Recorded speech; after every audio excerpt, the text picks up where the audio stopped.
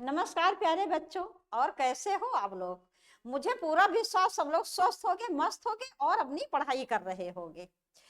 तो बच्चों, जैसा कि अभी बहुत थोड़ा ही दिन हुआ मेरा स्टूडियो तैयार हुए, और अभी मैंने केवल 3 वीडियो मतलब 2 वीडियो डाले। आज ही आपका तीसरा वीडियो है समास का। सबसे पहले मैंने थ्योरी डाली थी, हिंदी की उत्पत्ति और नामकरण। उसके बाद जो मेरा ऑफलाइन बैच है 10 से 11 बजे वाला, उसमें मैंने मेरा समाज टॉपिक समाप्त हुआ तो मैंने समाज के 25 क्वेश्चन डाले थे। उसके बाद कल फिर मैंने 25 से 50 तक के प्रश्न डाले थे समाज के। और तीनों दोनों ही वीडियो में आप लोगों ने मुझे बहुत प्रेम दिया। जिस तरह आप लोग मुझे ऑफलाइन क्लास में प्रेम देते आए हो, वही प्रेम आपने मुझे दिया है। इसके लिए बच्चों बहुत बहुत धन्यवाद आप लोगों को। बच्चों बस आप लोग एक काम और करो कि ज्यादा से ज्यादा वीडियो को शेयर करो, जितने वीडियो है सब ज्यादा से ज्यादा शेयर करो। अब आप मेरा विश्वास करो कि अब इस प्रकार से आपको प्रश्न करवाए जाएंगे कि आपकी कोई भी परीक्षा हो, बाहर से कोई भी प्रश्न नहीं आएगा, जैसे कि ऑफलाइन क्लास में हुआ था। जो भी पुलिस की परीक्षा हुई थी, हिंदी में मात्र केवल 3 प्रश्न ऐसे थे जो कि बाहर से आए थे, सारी शिफ्ट मिला के।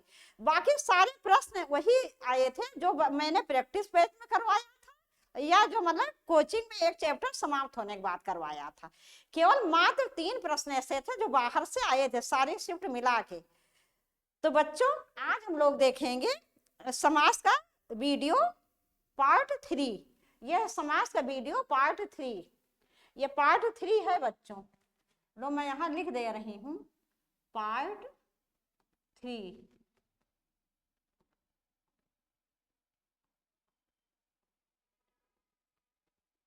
पार्ट 3।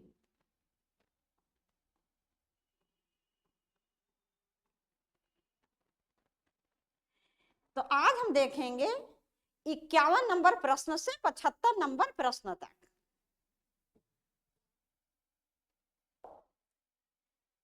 प्रश्न 51, तो इसमें हम लोग क्या देखेंगे? समास के ही प्रश्न देखेंगे, और कल फिर आपको समास के ही प्रश्न करवाए जाएंगे। इसके बाद फिर दूसरे टॉपिक पे आएंगे। प्रश्न 51, उपयुक्त समास चिन्हित कीजिए। उपयुक्त का क्या अर्थ है? माने इसमें जो उचित समास हो, ये जो शब्द दिया है इसके बाद इसमें जो समास उचित हो वही को चिन्हित करना है, बताना है आपको। तो उपयुक्त समास चिन्हित कीजिए। आजन, आजन में कौन सा समास है, इसका अर्थ ये हुआ। बच्चों बच्चों प्रश्न को बहुत अच्छी तरह पढ़ा कीजिए, क्योंकि अगर हम प्रश्न को अच्छी तरह नहीं पढ़ते तो कभी कभी आता हुआ प्रश्न हमारा गलत हो जाता है। तो आजन शब्द में कौन सा उचित समास, इसका अर्थ ये हुआ। एक द्वंद, दो दिव्य, ये दिव्य होगा। दो दिव्य, 3 कर्मधारय, 4 तत्पुरुष। इसमें बेटा कोई भी नहीं। तो आजन शब्द जो है ये कौन सा समास होगा? ये होगा अव्ययी भाव। अव्ययी भाव समास है ये। जन, तो यहां मैं लिख दे रही हूं, कोई बात नहीं, मैं लिख दे रही हूं। अव्ययी, अव्ययी भाव, मिटाते हैं इसको। ये हो जाएगा अव्ययी भाव।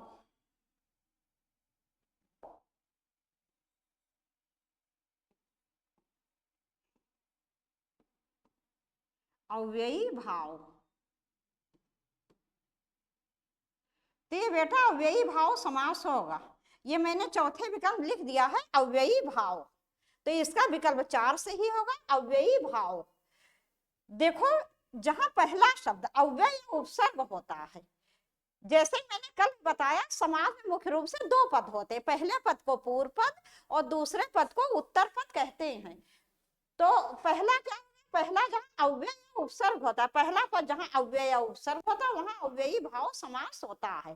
तो आजन्म जन्म मूल शब्द है, इससे पहले आ उपसर्ग लग गया तो शब्द बना आजन्म, इसलिए यहाँ पर अव्ययी भाव समास है। जैसा और आसान तरीका क्या है, जैसे मैंने कल बताया था, अगर कहीं आ देख लो, यथा देख लो, तथा देख लो, भर देख लो, प्रति देख लो, इस प्रकार के शब्द जहां कहीं भी देख दो पहले, वहां बिना कुछ सोचे विचारे अव्ययी भाव समास लगा दो। तो यहाँ पर ये विकल्प 4 से ही इसका अव्ययी भाव। अगला प्रश्न, प्रश्न 52, उपयुक्त समास चिन्हित कीजिए। उपयुक्त समास चिन्हित कीजिए। शब्द दिया पथ भ्रष्ट। इसका अर्थ ये हो गया कि पथ भ्रष्ट में कौन सा समास है? एक द्वंद्व, दो अव्ययी भाव, तीन कर्मधारय, चार तत्पुरुष। चार तत्पुरुष, इसका विकल्प चार सही है, तत्पुरुष। इसका विकल्प चार सही, तत्पुरुष। अब ये कैसे तत्पुरुष समास है? इसका बेटा जब विग्रह करेंगे तो क्या हो जाए? पथ से भ्रष्ट। इसका विग्रह करें तो क्या हो जाएगा? पथ से भ्रष्ट। पथ से भ्रष्ट। पथ से भ्रष्ट। तो इसका विग्रह करें तो क्या हो जाएगा? पथ से भ्रष्ट। पथ भ्रष्ट माने पथ से भ्रष्ट। तो कौन सा समास हुआ? तत्पुरुष। तत्पुरुष में कौन सा समास हुआ? अपादान तत्पुरुष समास। तत्पुरुष समास में क्या होता है? कर्म कारक से लेकर और अधिकरण कारक तक की विभक्ति का लोप होता है। और जब हम उसका विग्रह करते हैं क्या होता है? विभक्त चिन्ह प्रकट हो जाते हैं। जैसे पथ भ्रष्ट, तो जब हमने इसका विग्रह किया क्या होगा? पथ से भ्रष्ट माने पथ से अलग। पथ से भ्रष्ट, पथ से अलग, अलग होने का भाव हो रहा है। जहां अलग होने का भाव होता है वहां अपादान तत्पुरुष समास होता है। भाई पथ से भ्रष्ट हो गए, पथ से अलग हो गए, जब अलग होने का भाव होगा इसलिए अपादान तत्पुरुष समास है यहाँ पर। अगला प्रश्न, प्रश्न 53, सज्जन शब्द में समास है। एक द्विगु समास, दो कर्मधारय समास, तीन तत्पुरुष समास, चार द्वंद्व समास। इसका विकल्प दो सही, कर्मधारय समास। इसका विकल्प दो सही, कर्मधारय समास। कर्मधारय समास कहाँ होता है बच्चों? जैसे मैंने आपको कल भी बताया था, कर्मधारय समास में विशेष विशेषण या विशेषण विशेष का योग होता है। मतलब दोनों पद में एक विशेषण होगा, एक विशेष होगा। अधिकतर क्या होता है? विशेषण पहले रहता है, लेकिन कभी कभी विशेष भी पहले हो जाता है। कहने का अर्थ ये विशेषण और विशेष दोनों होते हैं। किसमें? कर्मधारय समास में। तो जब हम इसका विग्रह करेंगे तो क्या हो जाएगा? इसका विग्रह करेंगे तो हो जाएगा सत है, सत है, सत है, सत है, जो जन, जो जन। तो बच्चों जो हमने इसका विग्रह किया तो क्या हो गया? सत है जो जन। तो सत क्या हो गया? विशेषण हो गया। और जन क्या हो गया? विशेष हो गया। जन माने क्या होता है? लोग। सत माने मानो सत्यवादी, अच्छा विचार, अच्छे लोग, वही सज्जन। तो सत है जो जन। तो पहला पद क्या हो गया? विशेषण। दूसरा पद हो गया विशेष। इसलिए यहाँ पर कर्मधारय समास है क्योंकि विशेषण विशेष का योग है। अगला प्रश्न, प्रश्न 54, युद्ध में स्थिर रहने वाला किस समास का विग्रह पद है? एक संप्रदान तत्पुरुष, दो संबंध तत्पुरुष, तीन अलुग तत्पुरुष, चार करण तत्पुरुष। इसका विकल्प तीन सही है, अलुग तत्पुरुष समास। अलुग तत्पुरुष समास में क्या होता है? विभक्ति का लोप नहीं होता है। तो युद्ध में स्थिर रहने वाला, इसका जब समास करेंगे, यह समास विग्रह है बच्चों। जब इसका समास करें तो क्या शब्द बनेगा? युधिष्ठिर। शब्द क्या बनेगा? युधिष्ठिर। युधिष्ठिर शब्द बनेगा, युधिष्ठिर। युधिष्ठिर। तो यहाँ पर अलुग तत्पुरुष समास है। जहां विभक्ति का लोप नहीं होता वहां अलुग तत्पुरुष समास होता है। युद्ध में स्थिर रहने वाला, यह समास विग्रह दिया। जब इसका समास करेंगे, संक्षिप्तीकरण करेंगे। समास का अर्थ ही होता है संक्षिप्तीकरण। जब दो पदों को मिलाकर एक कर दिया जाता तो ये समास बन जाता है। तो इसका समास बनेगा युधिष्ठिर।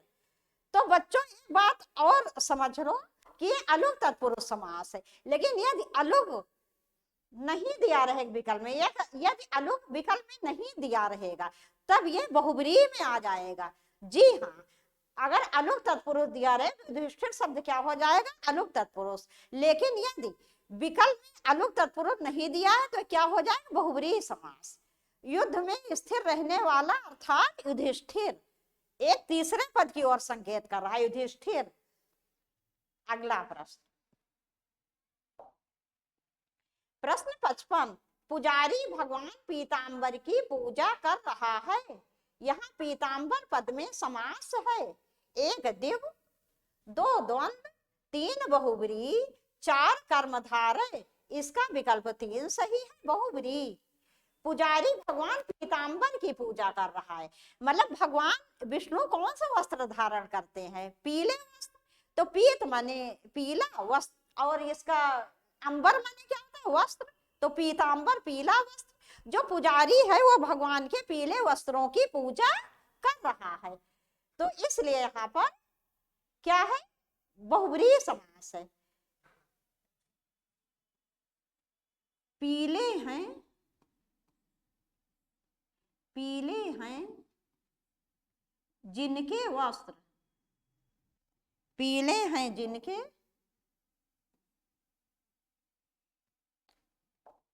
पीले हैं जिनके वस्त्र, पीले हैं जिनके वस्त्र, अर्थात भगवान,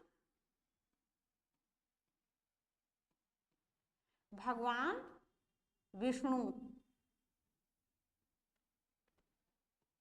भगवान विष्णु।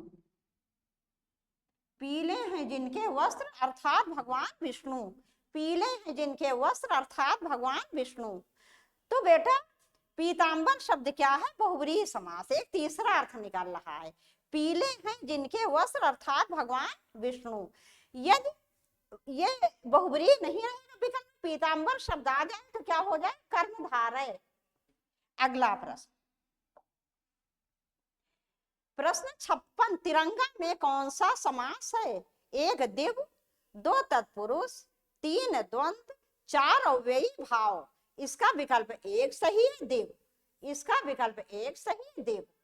तिरंगा, देखो जहां पहला पद संख्या हो और दूसरा पद संज्ञा हो, वहां क्या होता है, दिव्य समास।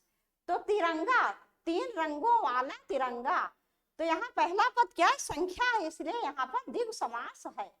यदि बच्चों कभी ऐसा हो दिव्य विकल्प में ना दिया हो, बहुब्रीहि आ जाए तो बहुब्रीहि में चला जाएगा ये, क्योंकि तिरंगा भारत का राष्ट्रीय ध्वज भी है। अगला प्रश्न, प्रश्न 57, नीचे दिए गए शब्दों में से अव्ययी भाव समास का चयन कीजिए। इसमें बेटा आपको अव्ययी भाव समास देखना है। पहला एक घुड़सवार, दूसरा पापपूर्ण, तीसरा पीताम्बर, चौथा आजीवन। इसका विकल्प 4 सही है, आजीवन। यहाँ जीवन मूल शब्द है, अब आ अव्यय आ गया या आ उपसर्ग आ गया, तो इसलिए यहाँ पर आजीवन क्या है, अव्ययी भाव समास है। जैसा कि मैंने आपको पहले भी कहा, कहीं आ देख लो पहले, यथा देख लो, तथा देख लो, भर देख लो, प्रति देख लो, तो वहां बिल्कुल बिना कुछ सोचे विचारे अव्ययी भाव समास लगा दो। अन्य विकल्प देख लेते हैं। पीताम्बर तो अभी आपने देखा था, क्या है, बहुब्रीहि। अगर बहुब्रीहि विकल्प में नहीं रहे तो कर्मधारय हो जाएगा। पाप पूर्ण क्या है, द्वंद्व समास है, जहां दोनों ही पद मुख्य प्रधान होते हैं वहां द्वंद्व समास होता है। तो पाप पूर्ण क्या है, पाप और पूर्ण द्वंद्व समास है। पहला घुड़सवार, ये क्या है, तत्पुरुष समास। कौन सा तत्पुरुष समास है, अधिकरण तत्पुरुष समास। घोड़े पर सवार, जब इसका विग्रह करें तो क्या हो जाएगा, घोड़े पर सवार, घुड़सवार। अधिकरण कारक विभक्ति क्या होती है, में या पर, तो घोड़े पर सवार, घुड़सवार। अगला प्रश्न, प्रश्न 58, त्रिवेणी शब्द में कौन सा समास है, एक दिव्य, दो बहुब्रीहि, तीन द्वंद्व, चार कर्मधारय। इसका विकल्प 1 सही है, दिव्य।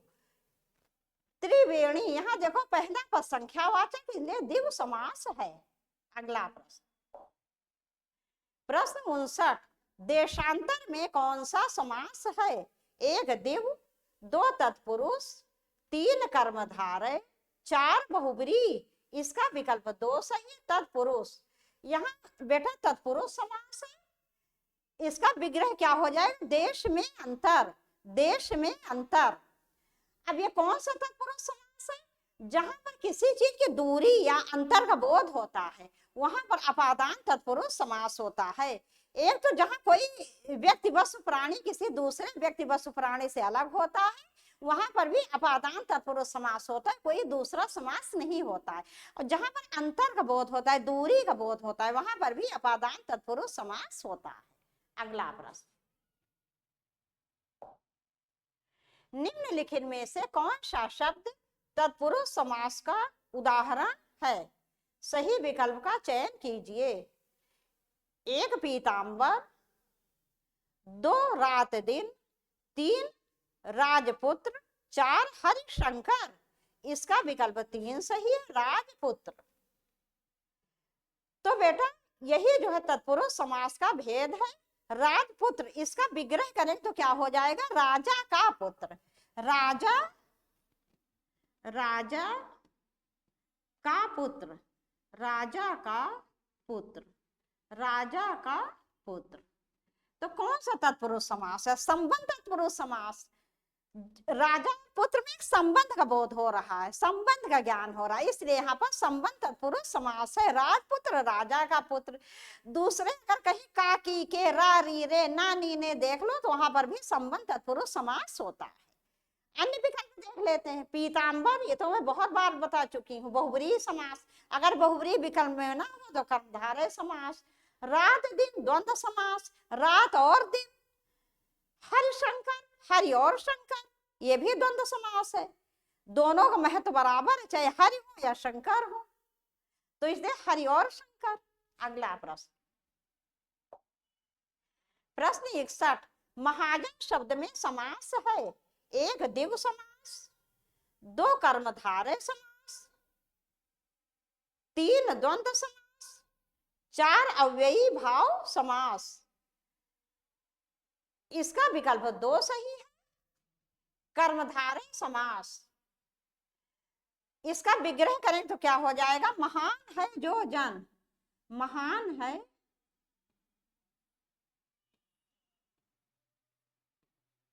महान है जो जन, महान है जो जन। तो कर्मधारय समास कहाँ होता है? जहां विशेष विशेषण का संबंध होता है। तो महान क्या विशेषण है, जन क्या विशेष है। जिसकी विशेषता बताई जाती है वो क्या होता है? विशेष होता है। और जो विशेषता होती है वो क्या होता है? विशेषण होता है। तो महान विशेषण हो गया, जन विशेष हो गया। तो महान है जो जन, ये क्या हो गया? महाजन कर्मधारय समास।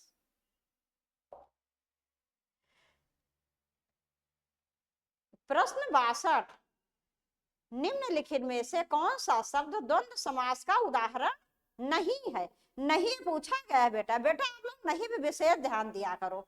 नहीं हमारे बहुत से प्रश्न गलत करवा देता है, हम जल्दी नहीं देख ही नहीं पाते जो, इसीलिए हम गलत जो है गलत निशान लगा देते हैं। इसलिए आप लोग नहीं भी विशेष ध्यान दिया करो। तो यहाँ पूछा गया है निम्नलिखित में से कौन सा शब्द द्वंद्व समास का उदाहरण नहीं है? सही विकल्प का चयन कीजिए। एक दिन दिन, दो धन धान्य, तीन घर बाहर, चार हरिशंकर। इसका विकल्प एक सही है, दिन दिन। तो बेटा जैसे मैंने, ये कौन सा समास है दिन दिन? पहले ये देख लो, ये अव्ययी भाव समास है। ये कौन सा समास है दिन दिन? अव्ययी भाव समास, अव्ययी, अव्ययी भाव, ये अव्ययी भाव समास।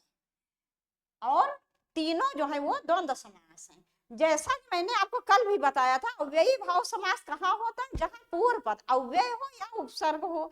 इसके अतिरिक्त जहां एक ही शब्द लगातार दो बार रिपीट होता है, मतलब एक ही शब्द लगातार दो बार आता है, एक ही शब्द की पुनरावृत्ति होती है, वहां पर अव्ययी भाव समास होता है। जैसे दिन दिन शब्द, दिन शब्द दो बार आया, दिन दिन, तो इसलिए यहाँ पर अव्ययी भाव समास है। इसके अतिरिक्त धन धान, धन और धान, घर बाहर, घर और बाहर, हरि शंकर, हरि और शंकर।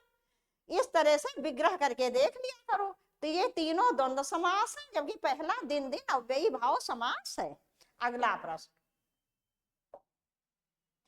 प्रश्न 63, सतसई शब्द में समास का भेद बताइए। एक दिव्य, दो द्वंद्व, तीन कर्मधारय, चार तत्पुरुष। इसका विकल्प एक सही है, इसका विकल्प एक सही दिव्य। देखो बच्चों, जैसे मैंने बताया था कि पहला किस इसमें द्विग समास में क्या होता है, पहला पद संख्या और दूसरा संज्ञा होता है। तो इसमें सत, सत माने क्या होता है, 100, सत माने 100।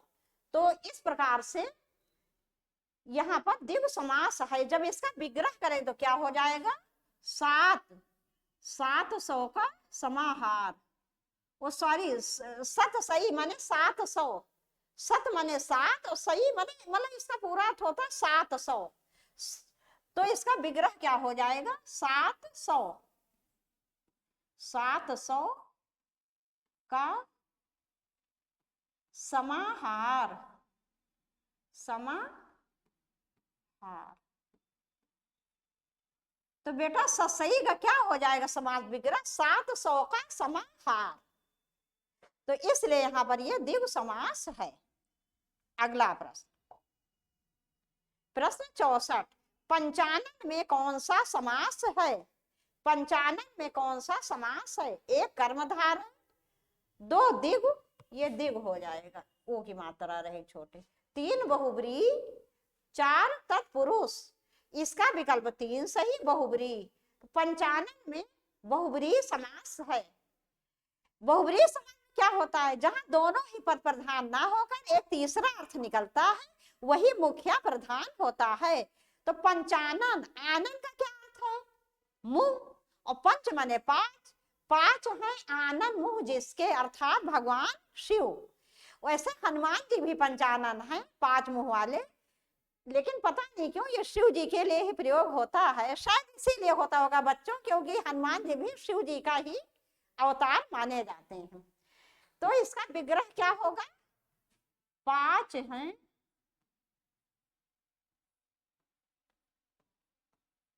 मुंह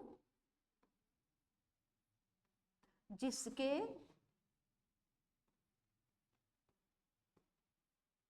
अर्थात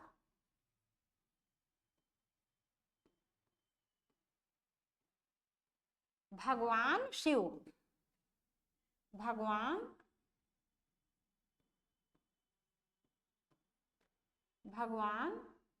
शिव।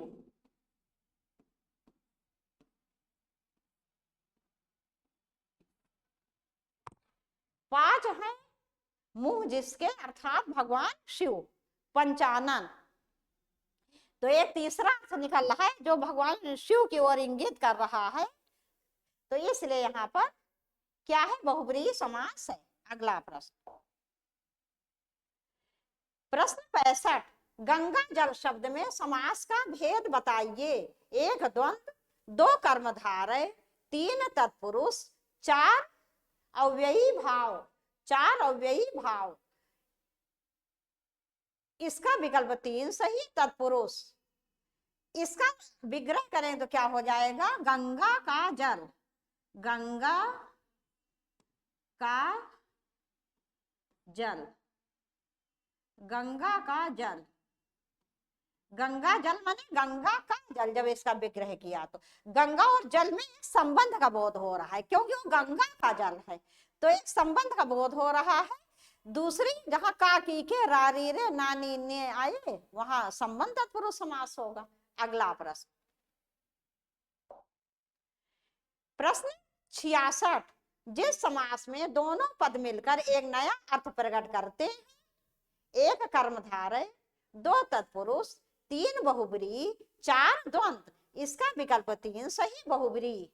तो बच्चों ये तो मैं आपको बहुत बार बता चुकी हूँ जब से ये समास टॉपिक शुरू हुआ है, कि जहां दोनों ही अर्थ प्रधान मुख्य ना होगा, एक तीसरा अर्थ निकलता है, वही मुख्य होता है, प्रधान होता है, तो बहुब्री समास होता है। और यही तो यहाँ पर पूछा किस समास में दोनों पद मिलकर एक नया अर्थ प्रकट करते हैं, इसका मतलब यह नया अर्थ निकलता है। तो कौन सा समास होता है? बहुब्री। जैसे कि दशानन, दश है आनंद मुह जिसके, अर्थात राम, एक नया अर्थ निकल रहा है जो रावण की ओर संकेत कर रहा है। दूसरे बहुब्री समास की सबसे बड़ी विशेषता क्या? वो एक ही होगा, उसके जैसा कोई दूसरा नहीं हो सकता। अगला प्रश्न, प्रश्न 67, इसमें कौन सा तत्पुरुष समास है? एक शीतोष्ण, दो आशातीत, तीन अष्टाध्यायी, चार आजन्म। इसका विकल्प दो सही है, आशातीत। आशातीत, इसका विग्रह करो तो क्या हो जाएगा? आशा से अतीत, आशा से अतीत मतलब अलग होने का बोध हो रहा है, ले अपादान तत्पुरुष समास है। शीतोष्ण में कौन सा समास होगा? इस शीतोष्ण, ये बेटा पहला और अन्य विकल्प देख रहे हैं। शीतोष्ण, इसमें तो द्वंद्व समास भी हो जाएगा, शीत और उष्ण, और कर्मधारय भी हो जाएगा, जो शीत भी है और उष्ण भी है। अष्टाध्यायी में क्या होगा? द्विगु समास हो जाएगा, 8 अध्यायों का समाहार अष्टाध्यायी। आजन में अव्ययी भाव समास। अगला प्रश्न, प्रश्न 68, बहुब्री समास का उदाहरण कौन सा है? एक चतुर्भुज, दो चरण कमल, तीन पंचवटी, चार करोड़पति। इसका विकल्प एक सही, चतुर्भुज। चार है भुजाएं जिसकी, कौन है वो? भगवान विष्णु। चार है भुजाएं जिसकी, अर्थात भगवान विष्णु। तो हम इसका विग्रह करें तो क्या हो जाएगा? चार है भुजाएं जिसकी, अर्थात भगवान विष्णु। तो एक तीसरी अर्थ की ओर संकेत हो रहा है इसमें, किसकी तरफ? भगवान विष्णु की तरफ, इसलिए यहाँ पर भी बहुब्री समास है। अन्य विकल्प देख लेते हैं।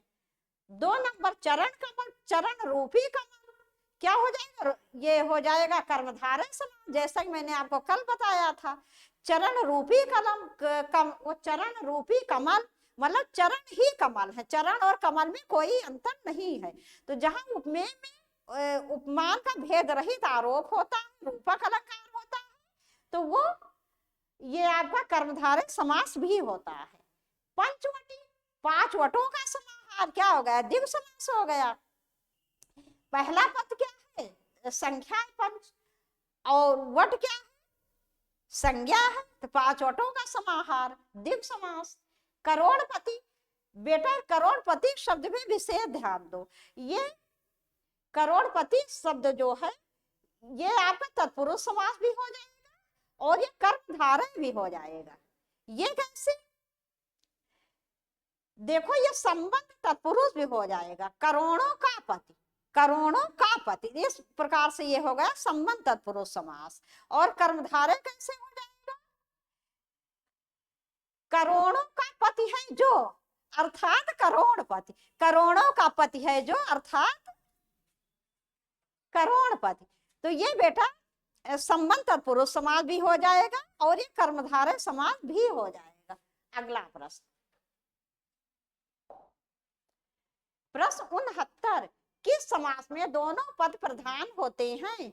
एक तत्पुरुष समास, 2 द्विगु समास, 3 द्वंद्व समास, 4 बहुब्री समास। इसका विकल्प 3 सही, द्वंद्व समास। भाई द्वंद्व समास क्या होता है? दोनों पद मुख्य प्रधान होते हैं, कोई किसी से छोटा बड़ा नहीं होता है। जैसे धन दौलत, माता पिता, भाई बहन, कोई किसी से कम ज्यादा नहीं, दोनों मुख्य, दोनों प्रधान। तो इसलिए जहां पर भी दोनों ही पद मुख्य प्रधान होते हैं वहां द्वंद्व समास होता है। अगला प्रश्न, प्रश्न 70, परमानंद में समास है। एक कर्मधारय समास, 2 बहुब्री समास, 3 द्वंद्व समास, 4 अव्ययी भाव समास। इसका विकल्प 1 सही, कर्मधारय समास। जब इसको तोड़ेंगे, विग्रह करें तो क्या हो जाएगा? परम है जो आनंद, परम है, परम है जो आनंद, आनंद। परम है जो आनंद, परमानंद। तो बच्चों परम शब्द क्या हो गया? विशेषण। आनंद क्या हो गया? विशेष। तो यही तो है कर्मधारय समास, विशेष विशेषण का संबंध। जहां भी विशेष, एक पद विशेषण एक विशेष होगा वही कर्मधारय। अगला प्रश्न, बारहसिंगा शब्द में समास है। एक द्वंद्व समास, दो बहुव्रीहि समास, तीन अव्ययी भाव समास, चार कर्मधारय समास। इसका विकल्प दो सही, बहुव्रीहि समास। ये बारहसिंगा मुझे लगता है सभी बच्चों ने देखा होगा। जिसने ना देखा हो चिड़ियाघर एक बार चले जाना आप लोग, ठीक है, और देखना। या अगर चिड़ियाघर जाने के समय ना डिस्कवरी चैनल खोल के देख लो जब समय हो तो बारहसिंगा बेटा एक विशेष पशु होता है। 12 सींगों वाला, इसका विग्रह करो तो क्या हो जाएगा? 12 सींगों वाला, 12 सिंह एक विशेष पशु अर्थात बारहसिंगा। 12 सींगों वाला, इसके 12 सींगें होती हैं बेटा, तो 12 सींगों वाला एक विशेष पशु अर्थात बारहसिंगा। तो एक तीसरा अर्थ निकल रहा है जो विशेष पशु की ओर संकेत कर रहा है, इसलिए यहाँ पर बहुव्रीहि समास है। अगला प्रश्न, प्रश्न 72, निम्नलिखित में से कौन सा समास नहीं है? समास नहीं है आपको ये बताना है। एक द्वंद्व समास, दो बहुव्रीहि समास, तीन अव्ययी भाव समास, चार कर्म कारक समास। इसका विकल्प चार होगा, कर्म कारक समास। तो बेटा समास के तो 6 भेद होते हैं, ठीक है, ये कर्म कारक कौन सा आ गया? कर्म तत्पुरुष समास होता है, कर्म कारक कोई भी समास नहीं होता है, ठीक है। अगला प्रश्न, प्रश्न 73, जिस समास में प्रथम पद संख्यावाची तथा अंतिम पद संज्ञा हो वो है। एक द्विगु समास, दो तत्पुरुष समास, तीन अव्ययी भाव समास, चार द्वंद्व समास। इसका विकल्प एक सही है, द्विगु समास। द्विगु समास जहां पहला पद संख्या हो दूसरा संज्ञा हो, जैसे पंचवटी। पंच क्या हो गया? 5 संख्या हो गई, वटी माने क्या हो गया? वृक्ष, 5 वटों का समूह। तो क्या जहां पहला पद क्या है? संख्या हो दूसरा संज्ञा, वहां द्विगु समास। अगला प्रश्न, प्रश्न 74, कौन से शब्द में कर्मधारय समास नहीं है? नहीं पूछा गया बेटा कर्मधारय समास। एक कृताकृत, दो विद्याभ्यास, तीन प्रिय सखा, चार नील गाय। इसका विकल्प दो सही, विद्याभ्यास। विद्याभ्यास ये क्या? तत्पुरुष समास है, ये कर्मधारय नहीं है। जब इसका विग्रह करेंगे तो क्या हो जाएगा बच्चों? विद्या का अभ्यास, विद्या, विद्या का अभ्यास।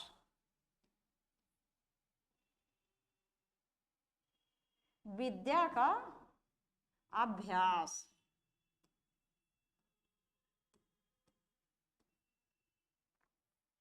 विद्या का अभ्यास। तो कौन सा समास हो जाएगा? संबंध तत्पुरुष समास। भाई विद्या और उसके अभ्यास में क्या है? संबंध का बोध हो रहा है, तो विद्या का अभ्यास, विद्या अभ्यास, विद्या का अभ्यास। वो सॉरी बेटा, विद्या का अभ्यास कम उचित है, विद्या के लिए अभ्यास हो गए हैं, ये ज्यादा उचित होगा। विद्या के लिए अभ्यास संप्रदान तत्पुरुष होगा यहाँ, ये ज्यादा उचित है।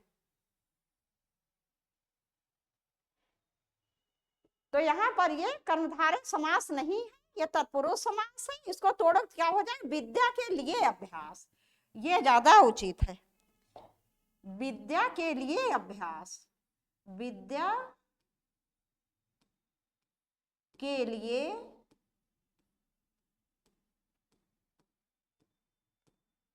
विद्या के लिए अभ्यास,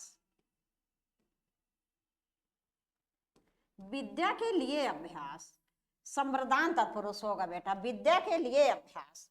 जैसे आप सभी लोग, मेरे सभी प्यारे बच्चे विद्या के लिए अभ्यास कर रहे हैं, तो उसीलिए इसका क्या होगा, विद्याभ्यास, विद्या के लिए अभ्यास।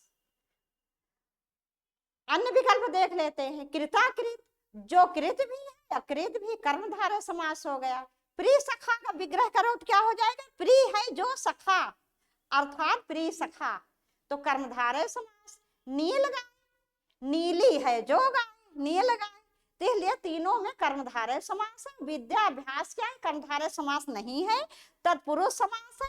अगर एग्जामिनर आपसे और अंदर जाके पूछ लेता तो क्या हो जाएगा, संप्रदान तत्पुरुष।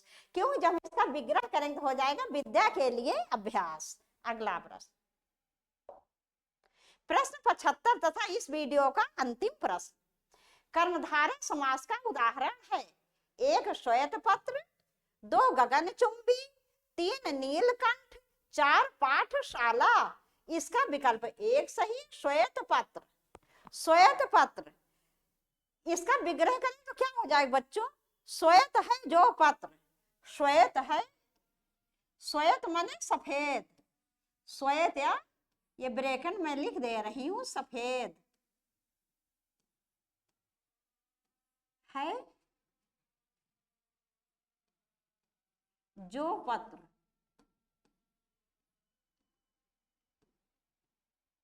श्वेत या सफेद है जो पत्र। तो क्या हो गया, पहला पद क्या हो गया, विशेषण। श्वेत क्या है, विशेषण है, और पत्र क्या हो गया, विशेष हो गया। तो विशेष विशेषण का संबंध ले कर्मधारय समास। अन्य विकल्प देख लेते हैं। गगनचुंबी, इसमें कौन सा समास है, इसमें बेटा तत्पुरुष समास है। कौन सा तत्पुरुष समास, कर्म तत्पुरुष समास। जब इसका विग्रह करो तो क्या हो जाएगा, गगन को चूमने वाली, गगनचुंबी। नीलकंठ, बहुब्रीहि समास हो जाएगा। नीला है कंठ जिसका, कौन है वो, भगवान शिव।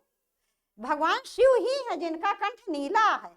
ये तो सबको पता ही होगा कि समुद्र मंथन जब हुआ था तब उन्होंने जो है सृष्टि की रक्षा के लिए, लोगों की भलाई के लिए पूरा विष जो है वो पी गए थे बेचारे। और लोग आज भी उनको शिवरात्रि वगैरह में धतूरा भाग यही सब उनको चढ़ाते रहते हैं।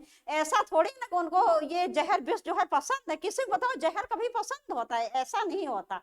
ये सब सही माने पूछो, वैसे मैं मतलब इस उसमें कुछ नहीं कहूंगी, लेकिन मुझे नहीं लगता किसी को जो है जहर भी किसी को पसंद होता है। तो उन्होंने तो लोग की भलाई के लिए क्या किया था, विषपान कर लिया था। लेकिन वही प्रथा चली आ रही, तो रूढ़ चली आ रही, लोग आज उन्हें भाग धतूरा वगैरह चढ़ाते रहते हैं, मदार वगैरह। तो नीलकंठ, नीला है कंठ जिसका, अर्थात भगवान शिव, बहुब्रीहि समास। पाठशाला, यहाँ कौन सा समास होगा, तत्पुरुष समास। कौन सा तत्पुरुष समास, संप्रदान तत्पुरुष समास। इसका विग्रह करो तो क्या हो जाएगा, पाठ के लिए शाला, पाठशाला। अब बच्चों यहीं पर ये वीडियो समाप्त कर रहे हैं।